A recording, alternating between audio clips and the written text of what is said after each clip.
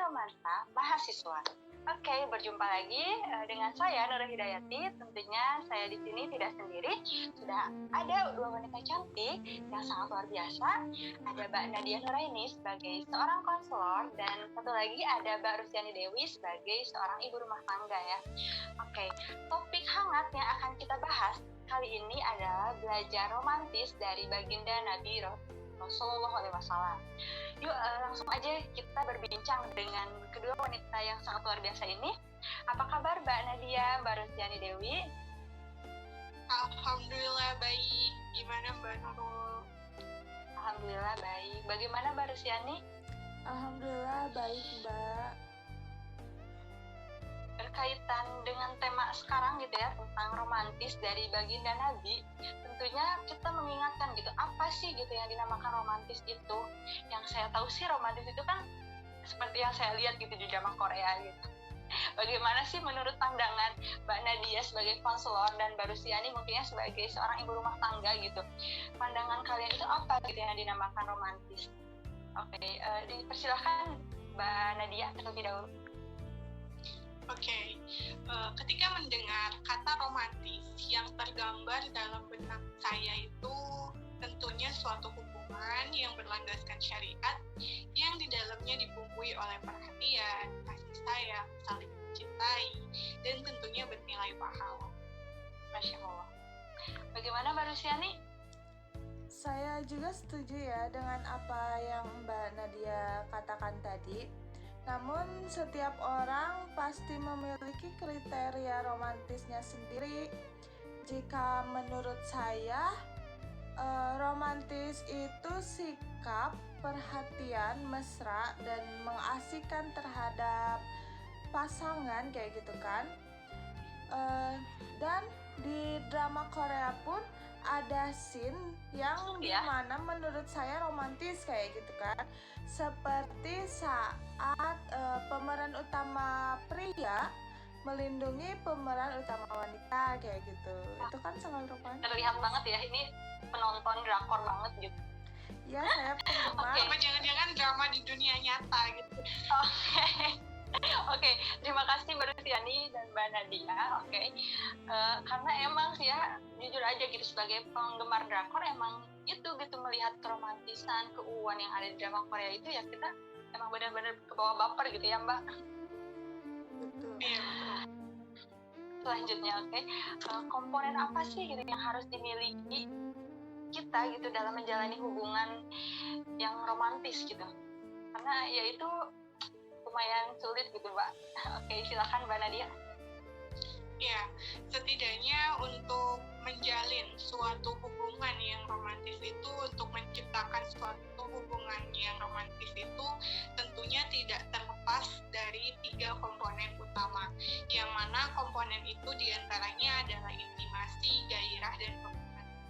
Yang pertama yaitu intimasi, erat kaitannya dengan komunikasi yang baik. Karena suatu hubungan bisa dikatakan romantis apabila di dalamnya terjalin sebuah komunikasi yang baik. Kemudian ada gairah. Gairah ini lebih pada kepuasan seksual dan ketertarikan fisik, yang mana dalam hadis pun dijelaskan kita boleh memilih kriteria calon kita itu dilihat dari hartanya, keturunannya, wajahnya, dan agamanya gitu. Jadi ketertarikan ini merupakan bagian dari gairah. Dan yang terakhir itu adalah adanya komitmen. Komitmen itu ketika kita sudah memutuskan untuk mencintai pasangan kita, sebagaimana Rasulullah yang berkomitmen kepada Siti Khadijah.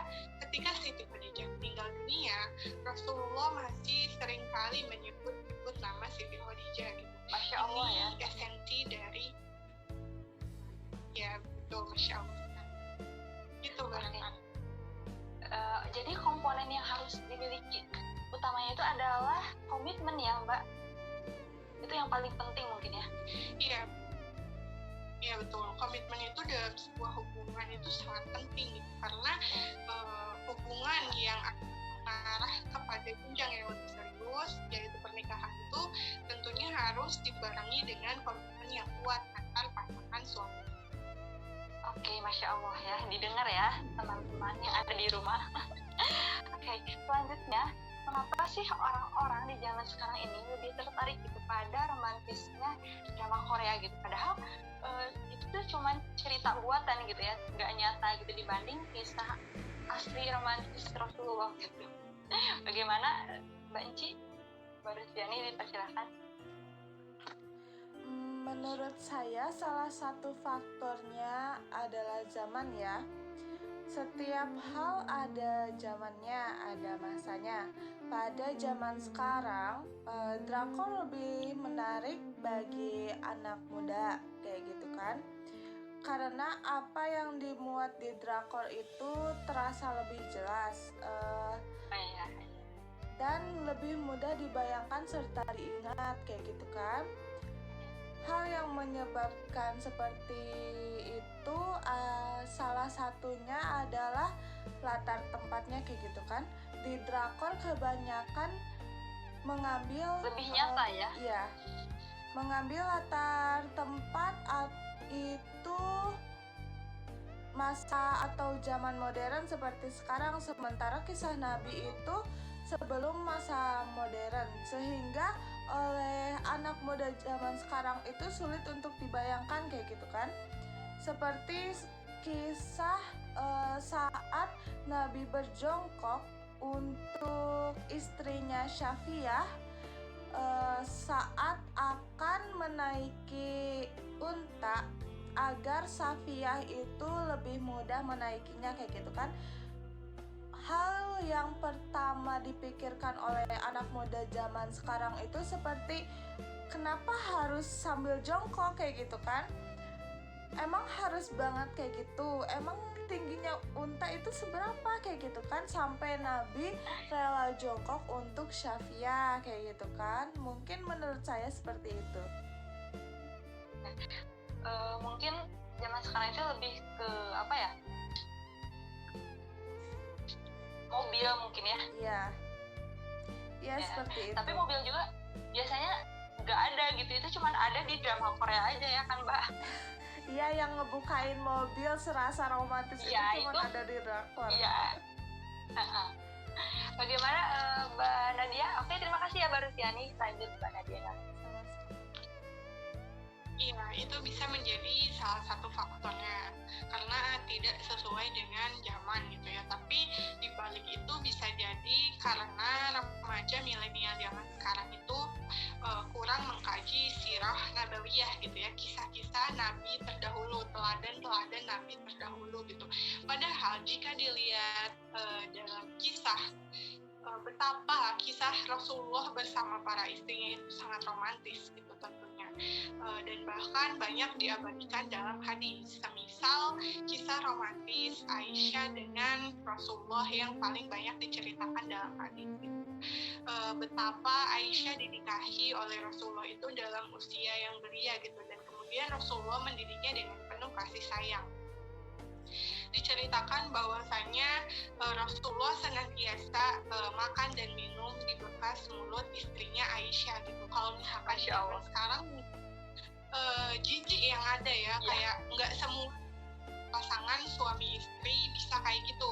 Padahal di balik hal itu mengandung banyak keberkahan di dalamnya, kata Rasulullah. Seringkali tetap memuliakan istri meskipun ketika marah gitu ya, dan diceritakan dalam kisah itu suatu saat Rasulullah mengajak Aisyah untuk menonton suatu pertunjukan gitu ya, di Habasyah, dan Aisyah pun mengikutinya. Ketika di lokasi, ketika nonton pertunjukan ini, diceritakan kan Aisyah itu memiliki postur tubuh yang tinggi ya, dan beliau menempelkan dagunya di pundak Rasulullah selagi menonton pertunjukan tersebut. Kalau di zaman sekarang itu mungkin semacam konser lah ya. Nah, kemudian Rasulullah bertanya kepada Aisyah, ya Aisyah, apakah kamu sudah puas? Pulang yuk, udah malam gitu. Terus Aisyah menolak, sebentar ya Rasulullah. Kemudian diulanginya sampai 3 kali, dan Aisyah pun pulang bersama Rasulullah ke rumahnya. Nah, ketika sampai di rumah, Aisyah berkata kepada Rasulullah, ya Rasulullah, sebetulnya aku sedang tidak ingin menonton pertunjukan gitu, tetapi hanya saja aku ingin mempertontonkan kemesraan kita di hadapan umum. Betapa Aisyah dan Rasulullah sangat romantis gitu dan baper ya mengundang ya iya para jomblo-jomblo tentunya baper gitu ya dan Siti Aisyah. Betapa beliau itu sangat romantis kepada istrinya dan pun istrinya kepada Rasulullah gitu. Bahkan Rasulullah sering membantu pekerjaan istrinya dan pokoknya saling menghargai, saling perhatian, saling menyayangi. Masya Allah sekali lah. Masya Allah. Oke, apakah ada gitu Mbak Rusiani yang sudah diaplikasikan dari yang diceritakan Mbak Nadia? Pengen tahu aja Mbak rahasia dapur, aduh. Oke, terima kasih Mbak Nadia atas yang sudah diceritakannya gitu, sangat luar biasa ya, Masya Allah. Oke, selanjutnya gitu, betapa Rasulullah itu sangat memuliakan para istrinya ya.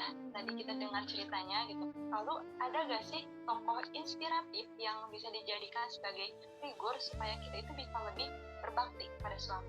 Oke, Mbak Rusiani mungkin terlebih dahulu. Ada dong, masa kan kita lupa kayak gitu kan, pada sosok wanita kuat pendamping Rasulullah semasa awal berdakwahnya kayak gitu kan. Siapa lagi kalau bukan Khadijah yang sampai merelakan hartanya untuk Rasulullah berdakwah dan sangat perhatian kepada beliau. Masya Allah ya. Ya, terima kasih Mbak Rusiani. Selanjutnya dipersilahkan Mbak Nadia.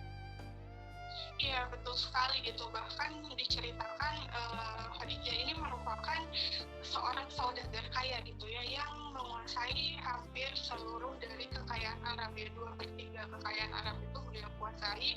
Namun pada akhirnya harta kekayaannya itu habis dipakai untuk memfasilitasi dakwah Rasulullah gitu, dan pada akhirnya beliau bersama Rasulullah hanya tinggal di sebuah gubuk sederhana gitu. Itu merupakan salah satu bukti ketaatan beliau kepada suaminya gitu, bahkan merelakan seluruh hartanya untuk mendukung dakwah sang suami, tentunya Rasulullah SAW. Masya Allah. Terima kasih Mbak Nadia. Mungkin jarang ya gitu sekarang istri yang kayak gitu ya. Iya betul, kebanyakan sekarang kan kayak uang suami, uang istri ya istri. Iya, betul sekali. Oke, terima kasih Mbak Nadia Mbak Rusiani. Selanjutnya, bagaimana sih tanggapan kalian berdua gitu ya, seorang konselor dan seorang ibu rumah tangga gitu ya, menghadapi tipe suami kulkas? Tahu mungkin ya suami kulkas seperti apa? Yang kurang peka terhadap istrinya, dan bagaimana sih gitu cara kita supaya suami itu terbiasa bisa menjadi tipe yang romantis gitu, seperti yang Mbak Nadia dan Mbak Rusiani ceritakan tadi gitu. Oke, dipersilahkan Mbak Nadia terlebih dahulu. Aduh, gimana ya, ini pertanyaannya berat banget gitu, khususnya buat saya yang belum berpengalaman. Oke Mbak, teori mungkin ya. Iya, tapi mungkin di sini saya akan kali bermanfaat dari pengalaman saya. Biasanya dalam menghadapi sebuah hubungan atau relationship ini, saya menerapkan komunikasi asertif, di mana saya mengutarakan apa yang saya rasakan ketika apa dan yang saya inginkan itu apa gitu. Semisal kita menghadapi pasangan yang kurang peka gitu ya, bahkan mungkin sering ghosting gitu ya, kayak hilang ya, korban mungkin ya. Juga sih Mbak, cuman ya barangkali ini bisa diterapkan gitu ya untuk teman-teman. Iya. Komunikasi asertif ini penting gitu, misalnya dalam menghadapi pasangan yang kurang peka, cuek, atau misalkan dia akan menghubungi gitu ya, kita bisa menerapkan komunikasi ini karena kita mengutarakan, misalnya saya merasa tidak nyaman, saya merasa khawatir ketika kamu tidak mengabari saya, dan yang saya inginkan kamu menyempatkan waktu untuk mengabari saya supaya saya bisa tenang di rumah. Itu barangkali bisa diterapkan, dan ini lumayan sih sangat membantu ya dalam mengatasi permasalahan orang yang kurang peka gitu ya, entah itu hubungan bersama dengan sahabat, orang tua, atau mungkin seseorang yang dianggap penting dalam kehidupan kita. Oke, Masya Allah sekali jawabannya Mbak Nadia Nuraini, terima kasih. Mungkin saya sedikit bertanya ya gitu, bagaimana sih cara mengaplikasikan komunikasi asertif ini gitu. Soalnya emang ya saya sendiri sih sulit gitu untuk diutarakan ya komunikasi tersebut itu. Bagaimana sih Mbak? Mungkin teman-teman di rumah juga ya pertanyaannya mungkin sama saya. Ya, mungkin itu bisa diawali dengan berani memulai ya, berani memulai dari diri sendiri, karena kita harus peduli terhadap kesehatan mental kita gitu. Yang namanya hubungan itu harus ada feedback gitu, tidak jangan sampai kita mencintai sebelah pihak tanpa ada timbal balik dari pasangan kita gitu ya. Ya tentunya untuk merubahnya itu dimulai dari diri sendiri gitu. Kita sebagai perempuan harus bisa mengutarakan gitu, jangan ada perasaan sungkan, gengsi dan sebagainya. Mungkin lebih ke gengsi ya Mbak? Ya jangan sampai karena semua itu berawal dari gengsi, kayak ih gengsi banget gue gitu, harus kayak masa sih di kode aja nggak peka. Padahal namanya mereka juga sama seperti kita gitu ya, mereka bukan cenayang dan peramal yang bisa mengerti suasana hati kita tanpa kita beritahu gitu. Apalagi laki-laki memang lebih didominasi oleh logika ketimbang perasaan gitu. Jadi alangkah lebih baiknya kita yang harus berani memulai gitu untuk mengutarakan. Jangan sampai kita menuntut pasangan kita untuk selalu peka tanpa kita mengutarakan apa yang kita inginkan, apa yang kita butuhkan. Jadi dimulai dari diri sendiri, mengutarakan sebetulnya apa yang kita rasakan dan apa yang kita inginkan dari pasangan kita, supaya pasangan kita bisa lebih memahami dan mengerti untuk kedepannya. Itu Masya Allah. Terima kasih ya Mbak Nadia atas jawabannya, sangat luar biasa. Mungkin ini bisa diaplikasikan oleh teman-teman di rumah, khususnya bagi saya ya. Oke, selanjutnya persilakan kepada Mbak Rustiani Dewi. Saya juga setuju dengan apa yang Mbak Nadia tadi sampaikan. Jawaban saya pun hampir sama dengan apa yang tadi Mbak Nadia sampaikan. Tetapi saya menambahkan kesabaran dan sikap atau siap memulai terlebih dahulu kayak gitu kan. Kalian pasti tahu apa kegunaan kesabaran itu kan. Tetapi untuk siap memulai terlebih dahulu itu kita harus siap memulai terlebih dahulu perhatian kayak gitu kan, ngajakin jalan atau komunikasi terlebih dahulu kayak gitu. Kayak misalkan nih suami pulang kerja, kita samperin tuh suami, tanya mau makan dulu apa mau mandi dulu kayak gitu kan. Di kantor ada masalah enggak kayak gitu. Banyakin komunikasi, terus dengan nada yang rendah dan lembut, enggak tinggi kayak gitu. Kalau tinggi ntar yang ada malah merusak mood suami itu sendiri kayak gitu. Beda ya Mbak Rustiani, lebih ke praktek gitu. Oke, lanjutkan Mbak. Terus banyakin curhat sama cerita tentang hari ini kayak gitu kan, tentang hari ke hari. Kayak misalkan nih, kalau saya sama suami saya biasanya curhat pas mau tidur sambil baringan di kasur. Saya nanya ke suami saya, Mas capek enggak kerja kayak gitu kan, ada masalah enggak, ada yang perlu dibantuin atau perlu dipijitin kayak gitu kan. Atau mas saya, suami saya nanya ke saya, kamu gimana ngurus anak, capek enggak, apa perlu babysitter, mau saya pijitin enggak. Kalau kayak gitu, kalau capek nggak apa-apa, nyuci piring sama nyuci baju sama saya aja kayak gitu kan, bisa. Intinya saling ya Mbak ya? Iya, harus saling membantu kalau dalam hubungan. Oke, Masya Allah Mbak Rustiani, terima kasih banyak ya atas jawabannya. Mungkin teman-teman di rumah bisa mengaplikasikannya gitu ya di rumah tangganya. Dan bagi kita ya Mbak Nadia ya, ke depannya kita bisa mengaplikasikan apa yang dibicarakan Mbak Rustiani. Iya betul Mbak Nurul, Masya Allah ini sangat bermanfaat sekali ya untuk saya. Suatu saat bisa saya aplikasikan kepada suami di masa iya di masa depan. Oke, terima kasih kepada Mbak Rustiani dan Mbak Nadia yang sudah menemani kita pada hari ini gitu. Oke, romantisme rumah tangga Rasulullah SAW dengan istri-istri beliau sangat luar biasa ya, Masya Allah tadi sudah diutarakan oleh Mbak Rustiani dan Mbak Nadia. Namun romantisme tersebut banyak ditinggalkan oleh generasi zaman sekarang. Saatnya generasi zaman sekarang menerapkan romantisme Rasulullah SAW dalam kehidupan sehari-hari. Insya Allah akan tercapai rumah tangga yang bahagia dunia dan akhirat. Semoga kita bisa meneladani kisah inspiratif Rasulullah SAW kepada para istrinya dan para istri Rasulullah kepada suaminya sehingga terwujudnya sakinah mawaddah warahmah dalam rumah tangga, khususnya bagi kita ya yang belum menikah ya Mbak Nadia ya. Iya betul sekali. Ya, dan bagi yang rumah tangga juga ini harus diterapkan gitu, menjadikan kisah Rasulullah itu sebagai role model dalam kehidupan sehari-hari. Oke, saya Nur Hidayati pamit undur diri. Wassalamualaikum warahmatullahi wabarakatuh. Sampai jumpa lagi.